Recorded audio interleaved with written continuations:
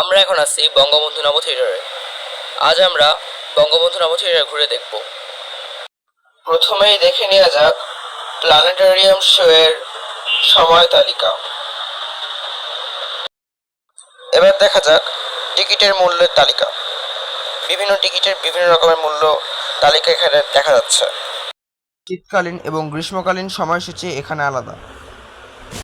এখানে বিভিন্ন ওয়েবসাইটের নাম দেখা যাচ্ছে।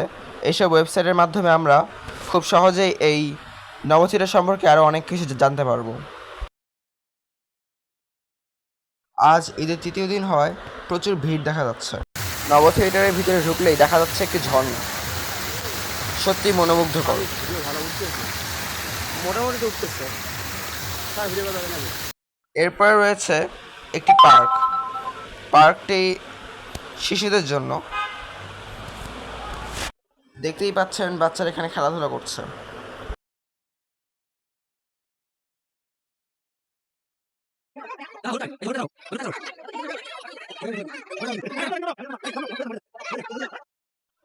ভবনটির মাটির নিচে রয়েছে তিনতলা এবং মাটির ওপরে রয়েছে দুইতলা।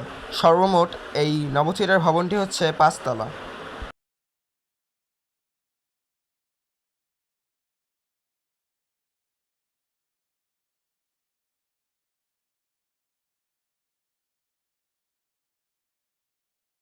এখানে রয়েছে একটি সায়েন্টিফিক লাইব্রেরি। লাইব্রেরির পাশেই রয়েছে বঙ্গবন্ধু কর্নার, যেখানে আপনি বঙ্গবন্ধু সম্পর্কে অনেক কিছু জানতে পারবেন।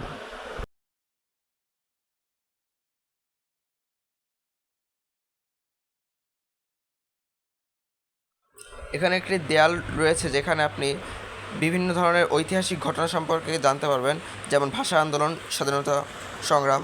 এখানে বিভিন্ন ধরনের পোস্টার রয়েছে যার মাধ্যমে আপনারা সূর্য, পৃথিবী সম্পর্কে জানতে পারবেন।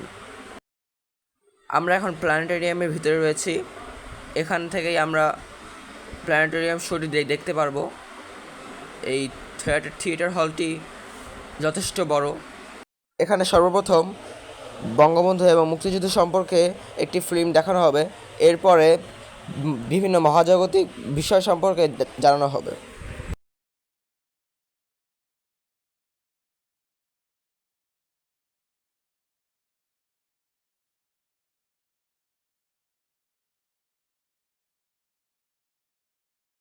ফাইভ ডি মুভি থিয়েটারের সামনে বিশাল লম্বা ভিড়।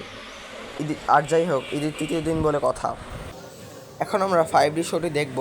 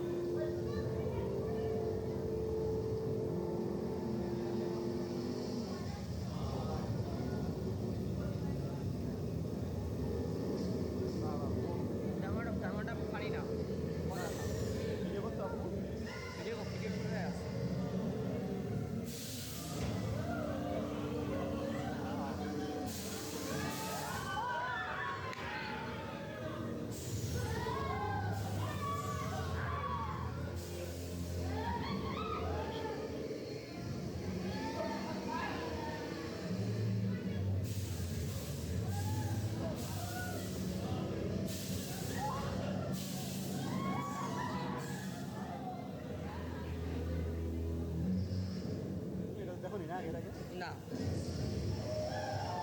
এবার মনে হচ্ছে আসলে ভালো ভিডিও করো।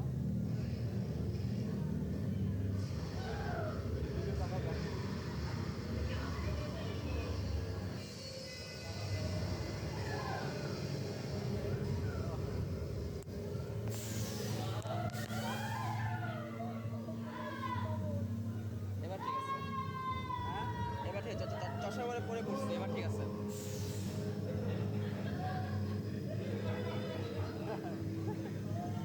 তেমন একটা মজার না।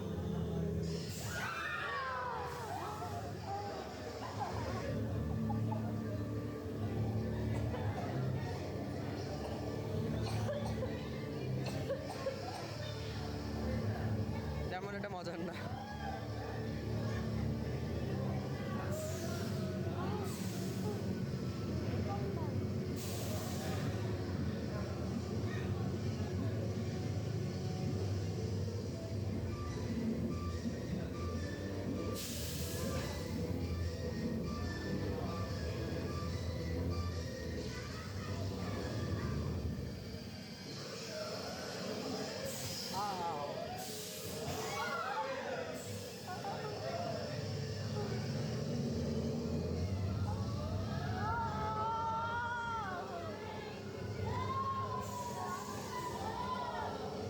টেম্পল রান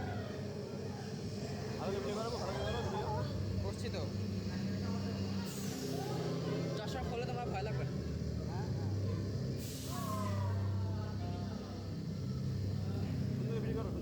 করছি।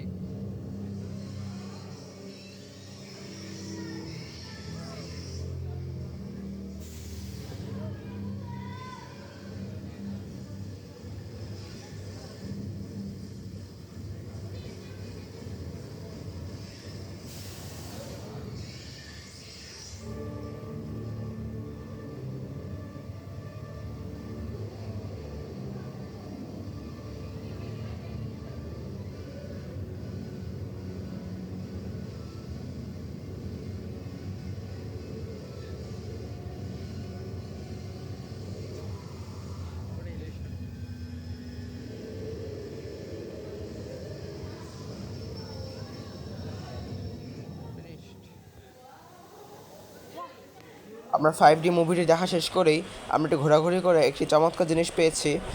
নিউক্লিয়ার শক্তি সম্পর্কে কিছু বিষয় লেখা আছে এখানে এবং বিভিন্ন ছবি রয়েছে। দুঃখের বিষয়, নিউক্লিয়ার শক্তি সেন্টারের ভিতরে প্রবেশ করা যাবে না, কারণ সেটা তালা দিয়ে বন্ধ করা। আমরা এইদিকে একটু ঘোরাঘুরি করেই আমরা চলে যাই সায়েন্স এক্সিবিশনে। সেখানে একটি ভূমিকম্প সম্পর্কে বোঝানোর জন্য একটি মেশিন রয়েছে, যার মাধ্যমে ভূমিকম্প সম্পর্কে জানা যায়। রোলার কোস্টার নামে একটি শো আছে, যেখানে একটি বল ঘুরে ঘুরে খেলা দেখায়। আসলে এই শোটা অনেক মজার।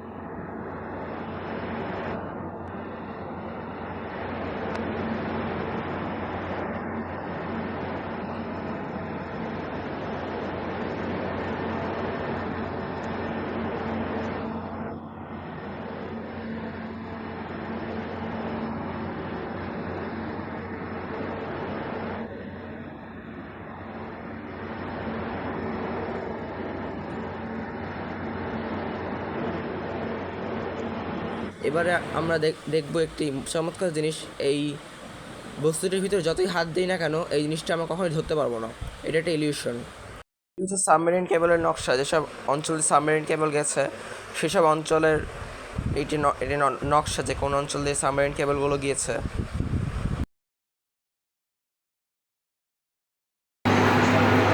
ডিএনএ রচনা নামে একটি জিনিস আছে, যার মাধ্যমে ডিএনএ সম্পর্কে জানা যায়। এই জিনিসটা অনেক মজার। এখানে আপনি বিভিন্ন গ্রহের আপনার কেমন ওজন হবে সে সম্পর্কে আপনি জানতে পারবেন। পৃথিবীতে আমার ওজন 51 কেজি 400 গ্রাম। মার্কিউরিতে আমার ওজন 19 কেজি 500 গ্রাম। ভেনাসে আমার ওজন 46 কেজি 700 গ্রাম। মার্চে আমার ওজন 16 কেজি 900 গ্রাম। জুপিটারে আমার ওজন 121 কেজি। স্যাটার্নে আমার ওজন 48 কেজি 700 গ্রাম। ইউরেনাসে আমার ওজন 47 কেজি 200 গ্রাম। নেপচুনে আমার ওজন 57 কেজি। চাঁদে আমার ওজন 20 কেজি 500 গ্রাম। সব গ্রহের মাধ্যাকর্ষণ শক্তি এক নয়, এজন্যই বিভিন্ন গ্রহে আমার ওজন বিভিন্ন রকম হচ্ছে। এটা হচ্ছে কলম্বাস এক। এটি নিচে একটি চৌম্বক ক্ষেত্র তৈরি করা রয়েছে, যার মাধ্যমে এটা ঘোরে।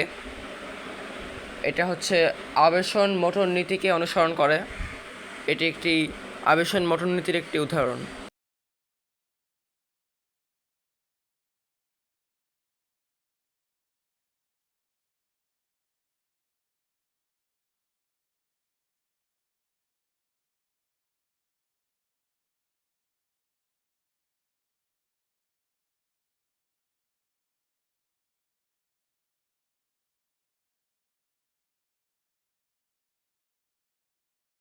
এখানে একটি ঘূর্ণিঝড় দেখা যাচ্ছে, যেটি হচ্ছে কৃত্রিমভাবে তৈরি করা হয়েছে। এটা সত্যি মনোমুগ্ধকর। এটার নাম টর্নেডো সিস্টেম।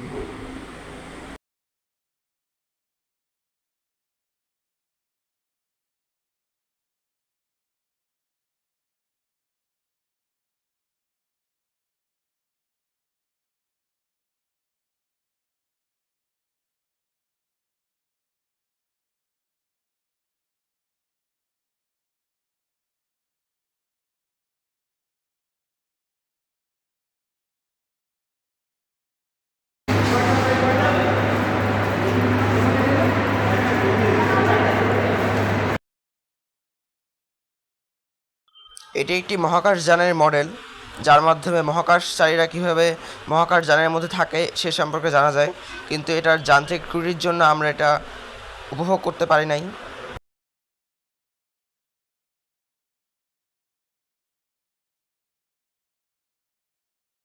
এই ছিল বঙ্গবন্ধু নভোচারীরা সম্পর্কিত একটি তথ্যচিত্র। ধন্যবাদ সবাইকে। আসসালামু আলাইকুম।